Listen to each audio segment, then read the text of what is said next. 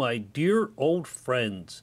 This new disturbing trend is in fact not a new trend. It is the left eating itself.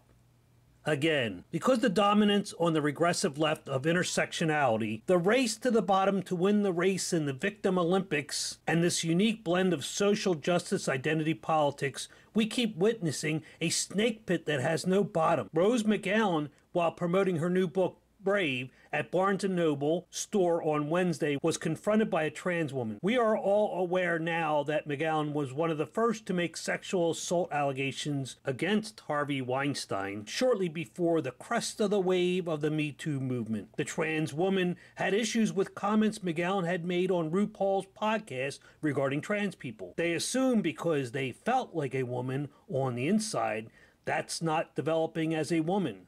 That's not growing as a woman. That's not living in a world as a woman. And a lot of stuff I hear trans complaining about. Yeah, welcome to the world. The comments led critics on social media to call her trans exclusionary radical feminist, or TERF. The trans woman has a suggestion, but of course it's not a suggestion, but an accusation directed at Rose McGowan. I have a suggestion. Talk about what you said on RuPaul. Trans women are dying. And you said that we, as trans women, are not like regular women. We get raped more often. We go to domestic violence more often. A trans woman was killed here a few blocks. I have been followed home. Tossed in with the accusation is a list of domestic violence statistics, which may or may not be true, but because a trans activist says it, they must be. Trans activist demands results from Rose McGowan on what she has done for trans people in prison, as if it's Rose McGowan's job to be looking after imprisoned trans people. Rose fights back. What have you done for women? So have I. We're the same. My point was we are the same.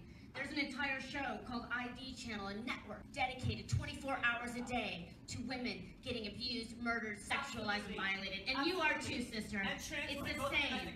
And you do nothing for them. Trans women are in men's prisons. And what have you done for them? What have you done for women? Lots of things. I've done lots of things too. You don't know my life. Don't sit down. Here's the problem, my friends. The hierarchy of victim status awards points to Rose for having a vagina, for having been allegedly sexually assaulted by Harvey Weinstein, but loses quite a few for daring to be cisgendered. The trans activist gets some golden victim points for being trans, having purple hair, and for being followed home. However, this person is biologically male, and some radical feminists handing out victimology demerits for having been born with a penis. Since having been born to privilege as a white male in this enormously patriarchal society, the trans activist must lose a few points. However, since the trans woman is trans, then she gets to lord over Rose McGowan, who is merely a cis-het white woman. Complicated, I know, but I do all this intricate analysis so you don't have to. You must admit that they both did a lot of things for women, and who can argue with those facts? Sit down. Sit down. Enough.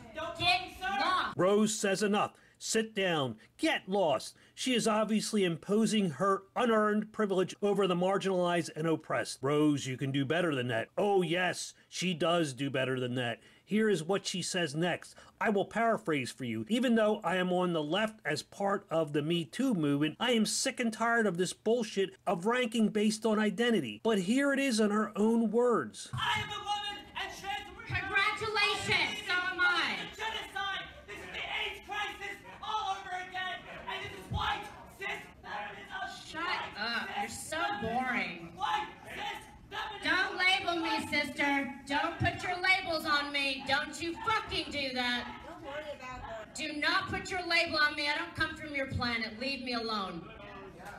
I do not subscribe to your rules. I do not subscribe to your language. You do not put labels on me or anybody. Step the fuck back.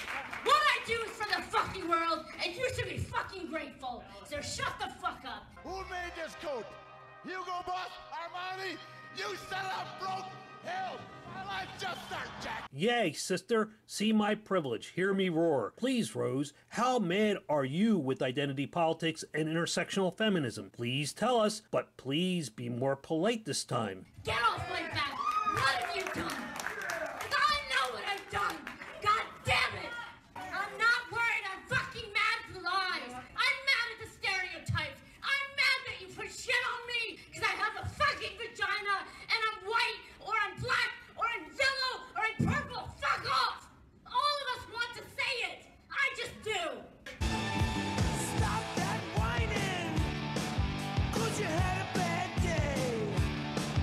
You just did, sister, loud and clear.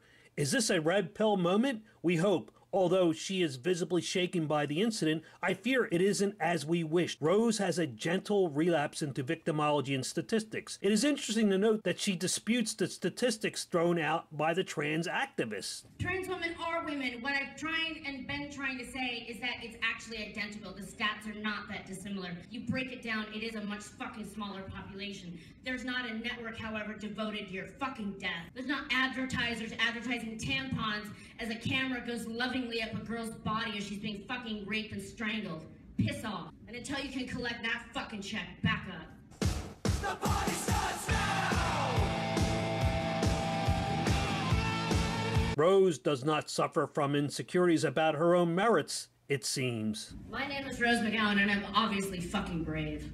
God damn it. I must say first that Rose McGowan has accused Weinstein of pretty terrible things, and if true, we have to admit that she is brave to air such personal pain in public. Given a proper setting, Rose talking of her experiences could do a world of good for many people. However, another alleged victim has pissed in her porridge and ruined the moment because trans women's victim status outranks that of a cis-het white woman. This isn't the first nor the last time something like this has happened. Someone who earnestly lives and breathes for the cause is called out because the trans community think that their rights supersede all others. The last time I saw this happen was when Barney Frank, an openly gay congressman, now retired, champion of LGBT and civil rights, and now an openly secular citizen, while receiving an award from the American Humanist Association, a trans activist confronted him that he was not intersectional or inclusive enough. Hello, my name is Carla, and I'm a lesbian woman, and I'm also transgender. A question for you, is it humanist to leave trans out of LGBT rights? No, that's why, for instance, when we took up the hate crimes bill. Because you kept them out of ENDA, so oh no. Will you like finish?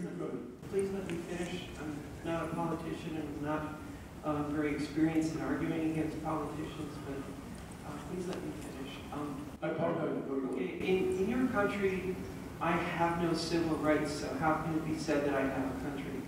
I have a 1 in 8 chance of being killed. If I defend myself against assault, I'll probably be the one who goes to jail. I have a 1 in 2 chance of being raped, and the courts most likely will tell me that I dressed too provocatively, and my child was taken away from me by your courts for the crime of being trans in the USA. Now, how can it be said to be humanist to leave trans out of the rights that other people enjoy? It's not. Where were you when your child was taken away? The state of Vermont, by a judge. Okay, can I ask you a question? Judge by virtue of having gone to Bible school. Why do you think that I'm in charge of the judges of Vermont? You said my judges in my country. Now, I will tell you, I have had nothing to do in my life with who got to be a judge in Vermont. It is none of my doing. Okay. Secondly, I'm sorry, you go ahead until you finish. Trans was left out of ENDA, and I'd like to know why. All right, you said that. That's right. You said that. Let me start in the first place with regard to violence. From the very beginning of the consideration of a hate crimes bill in the Congress, we were explicitly trans-inclusive. What is not shown on this video clip of Barney Frank having a talk and then having a Q&A, the trans woman wouldn't accept his sincere explanation and dragged out the Q&A for quite a long time, probably why it's not on the tape, and held Barney Frank hostage on this special day where he was accepting an award, even though he took a lot of time to explain his decisions in politics with LGBT issues. Will the trans community destroy the LGBT movement? There is evidence that this is already happening, but that will be looked at in a future video. Anyone wishing to partner with me on that project, please contact me on the social media sites listed below. And thank you for watching, and thank you for subscribing or supporting this channel. Goodbye. The party